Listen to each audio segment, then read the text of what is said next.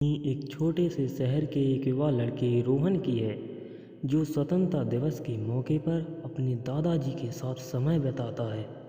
दादाजी एक स्वतंत्रता सेनानी रह चुके हैं और उन्होंने आज़ादी की लड़ाई में अपना अहम योगदान दिया था।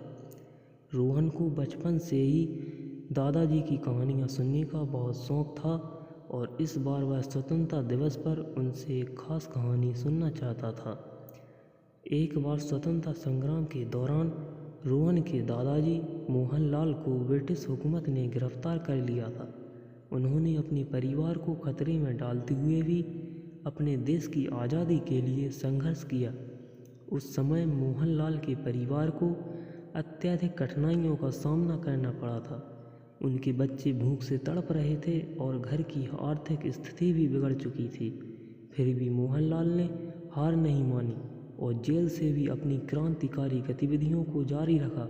उन्होंने जेल में बंद अन्य क्रांतिकारियों के साथ मिलकर ब्रिटिश सरकार के खिलाफ विरोध का एक बड़ा आंदोलन खड़ा किया। इस दौरान उनकी पत्नी लक्ष्मीबाई ने घर के बाहर भी क्रांतिकारी गतिविधियों को जारी रखा। उन्होंने गांव की महिलाओं को संगठित किया और ब्रिटिश हुकूमत के खिलाफ लड़ाई में हिस्सा लिया।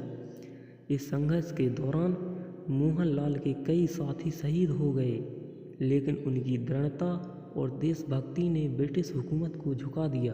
अंततः जब भारत को आज़ादी मिली तो मोहनलाल और उनके परिवार की कुर्बानियों को पूरे देश ने सराहा।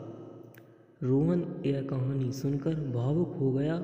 उसे समझ आया कि आज जो हम आज़ादी का आनंद ले रहे हैं वह उन हजारों लोगों की कुर्बानी की देन है जिन्होंने अपने परिवार, अपने सपनों और अपनी जान की परवाह किए बिना देश की आज़ादी के लिए संघर्ष किया।